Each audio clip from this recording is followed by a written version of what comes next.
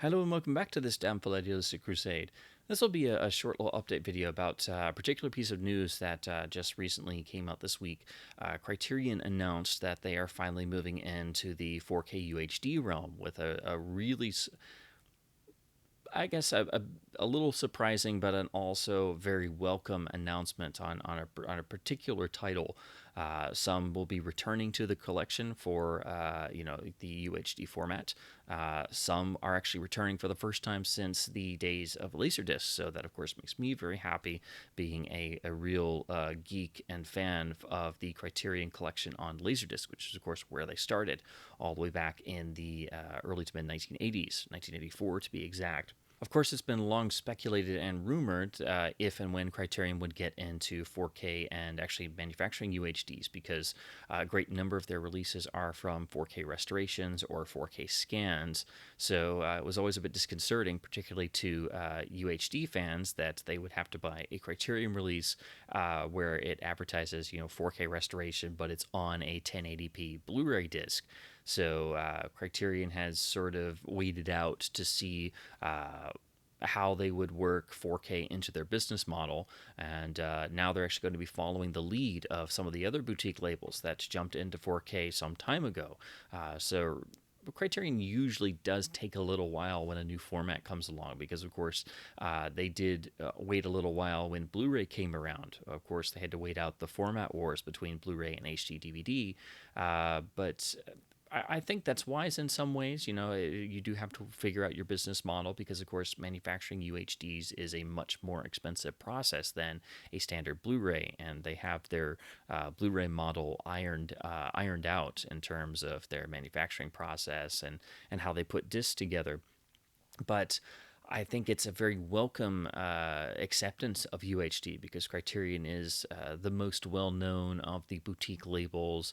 And so now that they are firmly jumping on the UHD bandwagon alongside Kino Lorber and Arrow and other labels, I think it helps to form a unified front of all the boutique labels and also the main studio labels actively supporting UHD, because it is a very important step forward in the physical media process.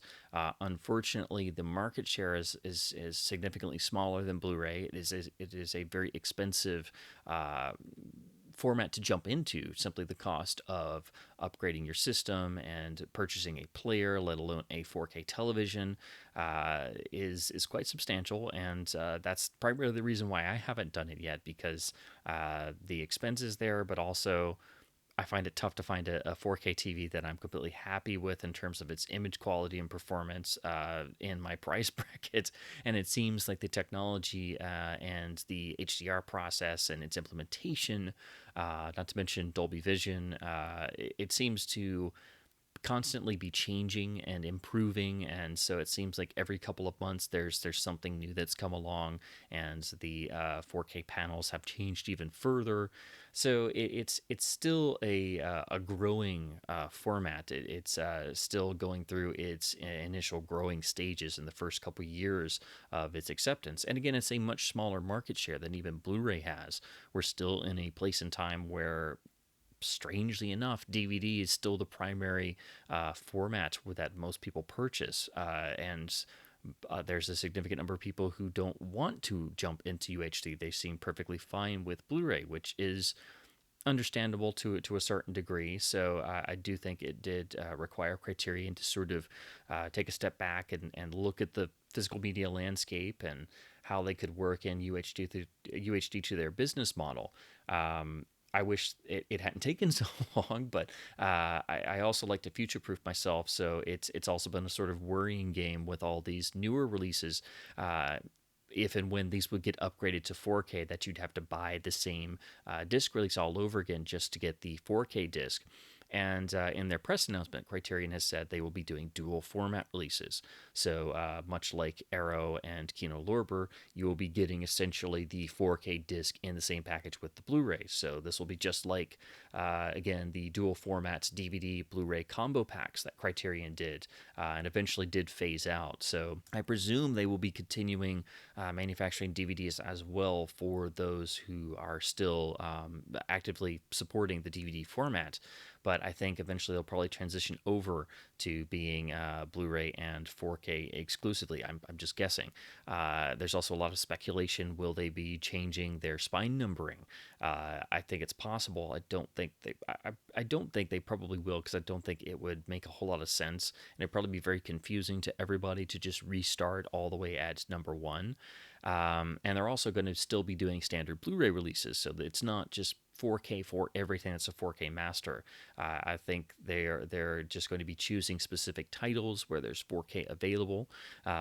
Again, much like what Kino and Arrow have been doing with specific releases getting UHD as well as standard Blu-ray. Of course, all we can do now is speculate, because this is merely a little, Criterion comes in and does a mic drop that they're jumping into 4K, and we all go, "Oh my gosh, what's coming next?" So all of these specs will be released in their usual release slates. It looks like the first of these 4K titles will be for the November slate. So we're supposed to get some more information in the next week or two. And again, these will be sort of spread out, but they are going ahead and announcing the 6 titles that will start their 4K release slate. There's also some nice mention about some of the 4K releases will be featuring, of course, HDR. Some will be featuring a Dolby Vision grade for its competing dynamic range extension. So that way, those who actively like and enjoy and support Dolby Vision won't be left out. And then some releases will feature Dolby Atmos object-based sound mixes. So that's interesting to note, particularly with one of these titles, which I'm pretty sure is probably going to be the one that will have Atmos. So of course, the 6 titles, if you have not heard already, will be The Piano, Menace to Society, Mulholland Drive, A Hard Day's Night, the Powell and Pressburger classic, The Red Shoes, which was already restored in 4K. And of course, the big news is, of course, that Criterion has reacquired the original Criterion Spine number 1 from the Laserdisc days of Citizen Kane, which will finally be making its debut on the 4K UHD format. So, of course, for me, that is the giant of giant news, because Kane himself is finally coming to 4K. And it makes perfect sense, because, of course, Warner Brothers did do a 4K restoration, and that's what turned up on the Blu-ray. So they should have already released it on UHD years ago, really. And I'd been wondering why they were just sitting around on it, seemingly. But since there's already a 4K master out there, just as there is for the Red Shoes, it makes sense that it would be easy for Criterion to jump on that and translate that into the UHD realm, because again, there are already 4K masters for those titles. So again, some of these titles are available in 4K masters already, so it's not very difficult to bring that into the UHD realm. Some are already on Blu-ray from the Criterion Collection, so that will mean that you have a real question. Do you want to upgrade to 4K on particular titles like Mulholland Drive or Hard Day's Night? I will, again, this is mere speculation on my part, but since Hard Day's Night was restored and is sort of part of this sort of Beatles catalog project where they're always doing Beatles reissues and remasters and new remixes and surround sound remixes of various Beatles albums and materials. And the Hard Day's Night Blu-ray does have a 5.1 remix on it already, in addition to the original mono. I'm guessing that may be the title that gets an Atmos remix. I could see that with the Beatles catalog and really embracing new formats. I could see that one as probably having a Dolby Atmos remix, just because it is the Beatles. But again, that's mere speculation and a guess on my part. And of course, it will be really amazing to see what the Red Shoes looks like in HDR. Here I have the beautiful Criterion Laserdisc Special Edition Spine 249 from the Laserdisc days. And of course, this being one of the iconic, Archer's films in, stunningly beautiful 3-strip Technicolor. It's going to be amazing to see what this looks like with a possible HDR grade. That brings into question, will Criterion be possibly doing some SDR Blu-rays, as some other labels have done, of classic films, foregoing the HDR grade and keeping it specifically a standard dynamic range grade.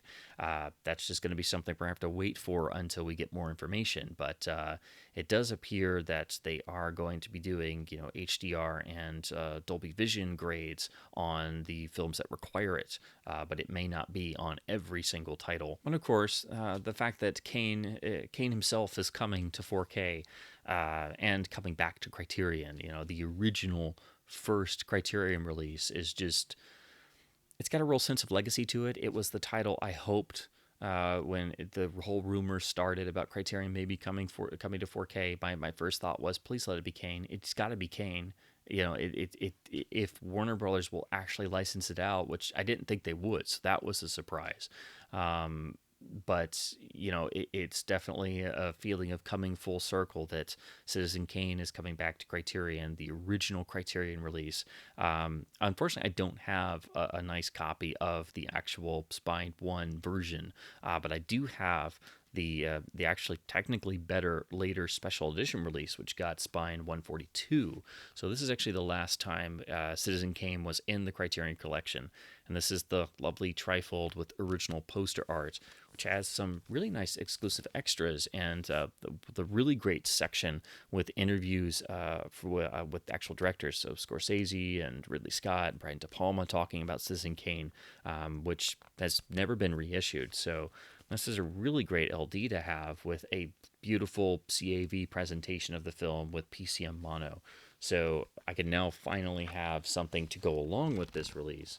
Of course, I'm trying to do one of these trifolds on camera, which is always very difficult to do, particularly, with the discs inside, making it very heavy.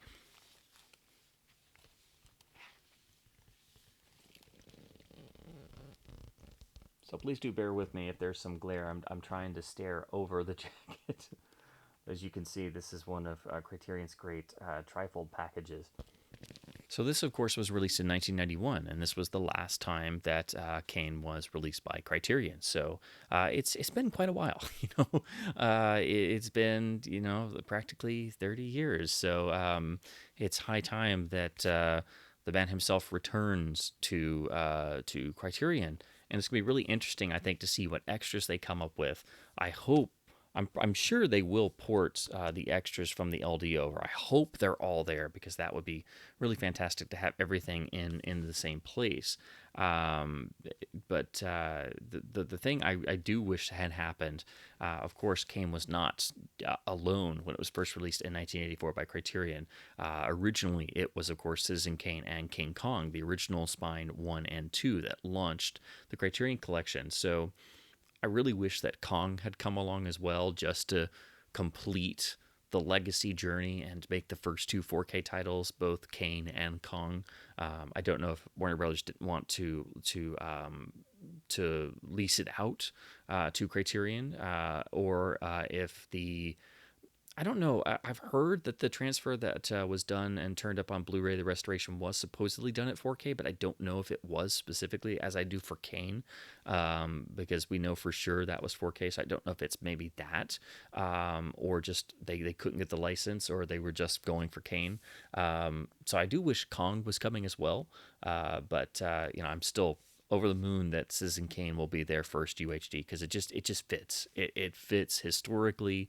It fits the legacy of the company and the label, and it just makes sense. And of course, Kane should have been on UHD ages ago. Now, of course, it will be using the same, presumably the same 4K master that turned up on the beautiful Essential Blu-ray release here in the deluxe package from Warner Brothers. So I'm presuming it's going to have some of these extras, but maybe not all of them. Most of the extras on here were carried over from the 2001 2-disc DVD set, and this also includes the HBO film RKO 281. But again, this is going to be one of those cases where people are going to have to decide, are they going to upgrade to the potential HDR 4K presentation of Kane? Again, the mentality a lot of people have is that maybe 4K isn't the most effective for older catalog releases, because there's not as much resolution material and there's not as much of a upgrade benefit going from 1080p to the UHD format. And of course, some classic films don't get HDR grades, so there's already a lot of discussion if between people, are they going to go for Kane in HDR? Is it going to be much of an improvement over the already great Blu-ray release? And again, there is apparently no original camera negative to scan from, so that does limit the potential of a 4K master of any film. But the Blu-ray was already such a lightning leap over the old DVD, which was really a terrible mess and had a bunch of the DVD era Lowry digital tinkering and grain removal, and just it was just really terrible looking. So this was a godsend when it finally did come out. You can still get the standalone Blu-ray, but you can't get it in this box with the extras and the extra discs and such. But if you haven't gotten it on Blu-ray yet, you can upgrade to the Criterion 4K release, which will also carry its own Blu-ray disc. Again, I'm really interested to see what the extras package is going to look like. To be honest, I actually hope it actually carries over this art. I'm, of course, a nerd for having original art, and this is still really well done, and I like that they kept it black and white as well. So I would be happy if this was how the 4K version looked. I'd be just as happy if they actually recreated the original silver Laserdisc cover from the original 1984 Spine #1, or the reissue with the standard black Criterion cover from the early days in the 80s. But I don't know how many Criterion fans today are aware or as nerdy as we Laserdisc enthusiasts are for the original early days of Criterion. I don't know. Maybe they could do a reversible sleeve and have a mock-up of the Laserdisc art on the back.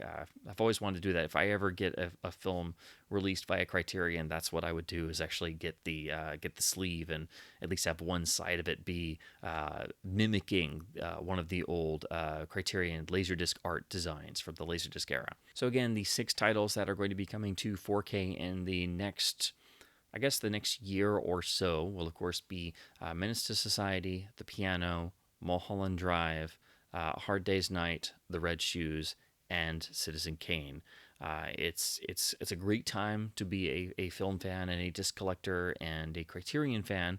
And again, it's really great that Criterion is now going to be supporting UHD as well. So it brings a more unified front from the boutique labels supporting the UHD format. It's a boon for UHD fans, and hopefully will maybe bring in people who normally purchase and watch UHDs into broadening their cinematic horizons. So it's really great news, very welcome. I will be future-proofing myself where possible. I'm, of course, in day one for Kane. I have multiple copies of the film, and every time you see Citizen Kane, it's like rediscovering I don't know, the meaning of life, maybe. Is that too heady of a concept? It's just one of those life altering experiences, and of course, the moniker "greatest movie of all time" got slapped on it years ago, and has sort of caused an immediate knee jerk backlash with most people when they think of the film.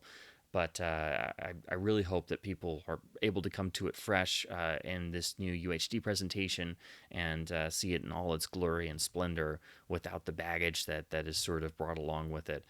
It's really welcome news that it's finally coming to UHD and that it is coming back to Criterion. Let's hope if Warner Brothers licenses out more titles that maybe King Kong can come back to Criterion as well, and we can finally have the original duo of initial releases of Kane and Kong be back in the Criterion collection. But as for now, it's really great that Criterion is now finally going to jump into UHD and support it as a format and get on the same page with the other boutique labels. And again, they will most likely be selective about what titles get UHD, like other labels have been doing, which makes sense from a business model.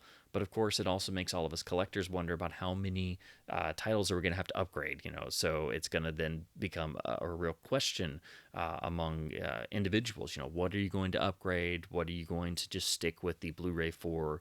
Are you going to upgrade absolutely everything? Are you going to future-proof yourself?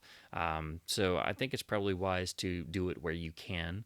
And of course, with the new releases, they will also have the Blu-ray and special features as well. So you'll be able to pick up the dual format release, just like the DVD Blu-ray combo packs, and future-proof yourself that way with the new releases. But of course, it's all the old ones we worry about that we're going to have to upgrade yet again. But that's just part of the fun of being a movie collector, a film fan, a film fanatic, and having 5, 10, 15, 20 copies of the same movie. But of course, at least it's not like my James Bond or Star Wars shelf where I have innumerable copies of the same film due to transfer history and extras and such. Again, this is just a short video with my initial reactions. I wanted to do this. I know some other channels have already posted videos, but it is very important news, and Criterion being the sort of really the big guy of the boutique labels, the label that is the most well known among the general public and being a major heavy hitter.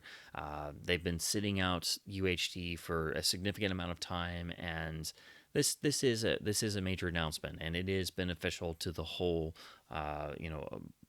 physical media industry that Criterion is now coming on board with UHD. So it's really a positive in all aspects, and the titles that they have selected are a mixture of important works and films that are very popular.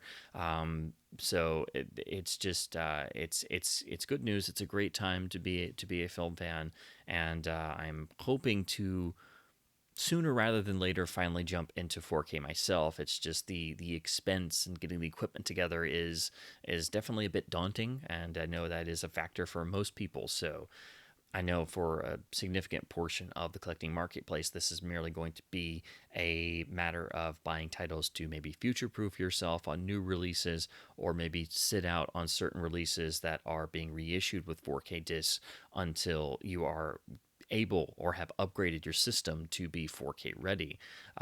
So it's just it's great news, and we will have to look forward to the further details that Criterion will hand out in their normal press releases. But this has definitely whetted all of our appetites, and I am just over the moon that Citizen Kane is returning to the collection. The original spine #1 just has that great ring to it, and I'm just really excited to see what extras package they come up with, and of course what they do for the Red Shoes and Hard Day's Night and the other films as well. So as always, leave your thoughts in the comments below. Your thoughts on Criterion going into UHD, your general Criterion thoughts, or any thoughts you may have on this. I always enjoy conversing with everybody in the comments section. And again, we'll just have to look forward to the further details about the upcoming UHD releases, and just to see what Criterion is going to do with Citizen Kane. So as always, thank you ever so much for watching, and keep physical media alive.